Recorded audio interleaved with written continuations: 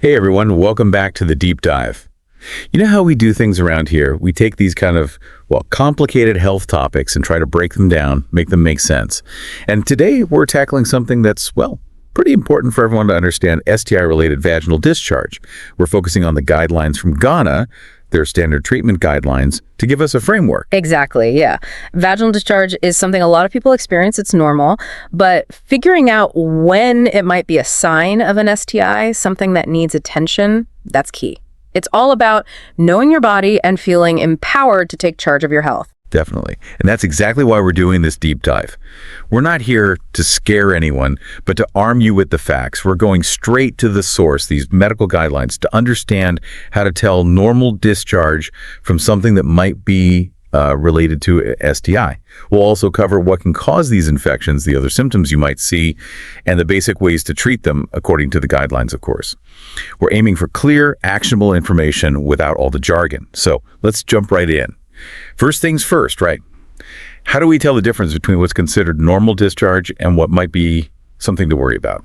Great question, and the guidelines are very clear on this. Not all vaginal discharge is a sign of trouble. It can be totally normal, just part of your body doing its thing. Your menstrual cycle, pregnancy, even just the natural way your body stays healthy down there, those can all cause discharge. And don't forget about the products you use, like soaps or douches. Those can change things too. So it's not a one-size-fits-all kind of situation.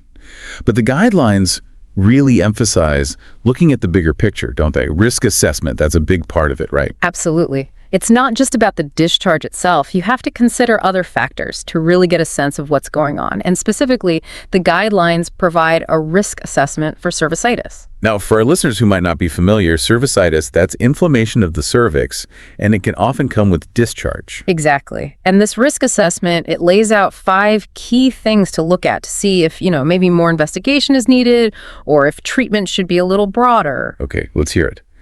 What are the things we should be aware of, according to these guidelines? Okay, so the first one is pretty straightforward. Does your partner have any symptoms, particularly any discharge from their urethra? That's the first thing to consider. Then there's age, specifically being under 21. And then marital status, being single, is considered a factor. Having more than one sexual partner is another. And lastly, having a new sexual partner within the last 3 months. It seems like all of those things could potentially increase someone's exposure, right? So how do they all fit together? I mean, how do these individual factors add up to a higher risk, according to the guidelines? What's the tipping point? Right. So according to the guidelines, it's like this. If you answer yes to that first question, whether your partner has that symptomatic urethral discharge, then that alone makes the risk assessment positive. Or if you answer yes to any 2 or more of those other 4 factors, age, marital status, number of partners, new partner recently, that also makes the risk assessment positive.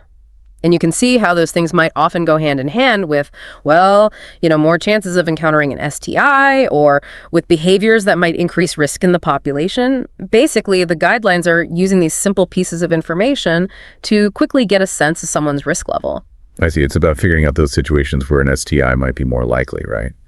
So let's talk about what happens next. What's the next step based on whether this risk assessment is positive or not? What do the guidelines say to do? They're pretty clear on that. If someone has vaginal discharge, but none of those risk factors we talked about, then the recommendation is to treat just for vaginitis. And just to clarify, vaginitis is a general term for inflammation of the vagina, right? And it can be caused by a lot of things, not all of them STIs, like bacterial vaginosis or yeast infections, which we'll talk more about later. Exactly. But if someone has discharge A&D, a positive risk factor, well then the recommendation changes. Then they say to treat for both vaginitis and cervicitis because there's a higher chance of an STI being involved. I see. So it's like a targeted approach, helping healthcare providers figure out what treatment makes the most sense based on that initial assessment. Makes a lot of sense. So if an STI is suspected, what specific infections do the guidelines point to as possible causes for the discharge? There are a few main ones they mention: Neisseria, gonorrhoeae, and Chlamydia trachomatis. Those are both bacterial infections. Then there's Trichomonas vaginalis. That's a parasite that causes trichomoniasis. And for trichomoniasis, they even give us some extra details. They say the discharge is often green or yellow, might have a noticeable smell, could be bubbly or frothy, and it often comes with itching. Lastly, they mention herpes simplex virus, but specifically in the context of symptoms coming back after the first outbreak. Oh, those details for trichomoniasis, the color, that frothy appearance, those are definitely good things to keep in mind. Can help tell it apart from other things. So what about other general symptoms that might come along with STI-related discharge, beyond just changes in the discharge itself, I mean? Yeah, the guidelines mention several other things to look out for. You might notice changes in the color, the smell, the consistency, or just the amount of discharge. Other signs to be aware of include swelling of the vulva, pain or burning when you pee, and even pain in the lower abdomen or back. So it's important for our listeners to remember these are all signals your body might be sending. Don't ignore them. Now, shifting gears a little bit, what about from a healthcare provider's perspective? During an exam, what might they see that points towards an STI? Right, so during a pelvic exam, the provider might see the discharge itself, of course. They might also see redness and swelling on the vulva, that's called erythema, and they might feel tenderness in the lower abdomen when they press down gently. When they examine the cervix internally, one key finding can be what's called cervical excitation tenderness. That's pain when the cervix is moved gently. And lastly, using a speculum to actually see the cervix, they might notice cervical mucopus, which is a thick, cloudy discharge coming from the opening of the cervix. Or they might even see erosions, little raw areas on the surface of the cervix. So we've covered who might be at higher risk, what the potential causes and signs are, all that good stuff. But what about figuring out exactly what's causing the problem? The guidelines mention investigations, right? What kind of tests might be done if the resources are available? Right. So if they have the resources, the guidelines mention a high vaginal swab. That's where they take a sample of the vaginal fluid. And then they can do a few things with that sample. They can look at it under a microscope, that's called microscopy, to try and identify any organisms. They can also try to grow any bacteria or other pathogens in the lab, that's called culture, to figure out what's there. And what's really important, they can do sensitivity testing on any bacteria they grow to see which antibiotics will work best to kill them. That helps a lot with treating infections that are resistant to certain drugs and making sure the treatment is effective. It's like solving a mystery, figuring out exactly what's going on down there. So with all of that in mind, the risk factors, the potential causes, the symptoms, the tests, what are the main goals of treatment according to these guidelines? What are they trying to accomplish? It's actually pretty comprehensive. The first thing is to treat any vaginitis that's not caused by an STI, especially candidiasis or yeast infections, because as we mentioned before, those are often found in people being evaluated for STIs. Next, it's about assessing the person's risk for STIs, using those risk factors we talked about, and treating any STI infections that are found. Another goal is to prevent any complications or long-term problems that can come from untreated STIs. And lastly, they really emphasize treating all sexual partners at the same time, whenever possible, to prevent reinfection and stop the spread. That makes perfect sense. Tackling the current infection, preventing future problems, and breaking the chain of transmission. All good things. All right, let's get down to the nitty-gritty. How are these infections actually treated? The guidelines give us a few different options depending on what the cause is, right? Let's start with trichomoniasis and bacterial vaginosis. So for those two, there are a few oral medications they list. Metronidazole is one that's pretty commonly used, and it works well. They mention a couple of ways to take it, either a single 2-gram dose or 400 milligrams 3 times a day for 5 days. But, and this is really important, metronidazole is not safe to take during the first trimester of pregnancy. There are some risks involved there. They also mention some other single-dose oral options, sectidazole at 2 grams and tinidazole also at 2 grams, but those are also not recommended during the first trimester of pregnancy.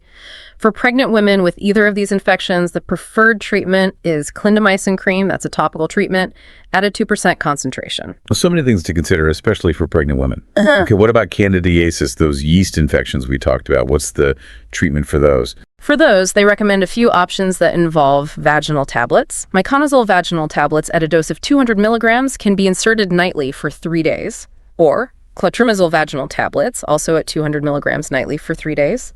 And they also mention clotrimazole cream, but this one is for applying externally around the vulva twice a day to help with any itching or irritation there. Nice to have a topical option for those external symptoms too. All right, moving on to gonorrhea.